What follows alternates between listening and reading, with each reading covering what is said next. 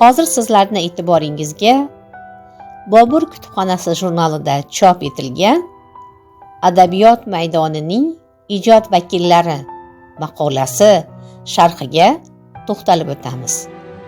Ushbu maqola Izboskan tuman axborot kutubxona markazi axborot bibliografiya xizmati bibliograflari tomonidan chop etilgan.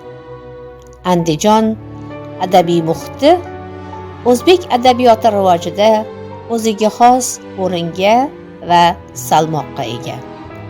Zahiriddin Muhammad Bobur, Nodira Begim, Cho'lponlar yurtida ko'plab iste'dod sohiblari ijod maydonida ot surib, nozikda badiiyat muxlislari e'zoziga musharraf bo'lishgan.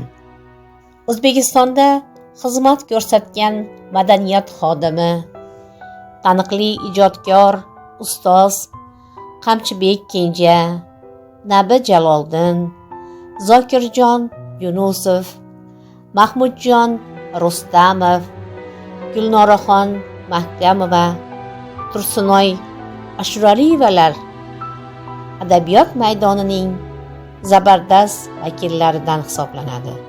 Ularning har bir asarlari kitobxonlar tomonidan iliq qarshi olinadi. Jumladan Nabi Jaloliddinning Jallod ayol asari noodatiy ijod mahsuli bo'lib, kitobni o'qir ekansiz, unda hayratga tushishingiz, qarama-qarshi hislar tug'yonini tuyishingiz mumkin.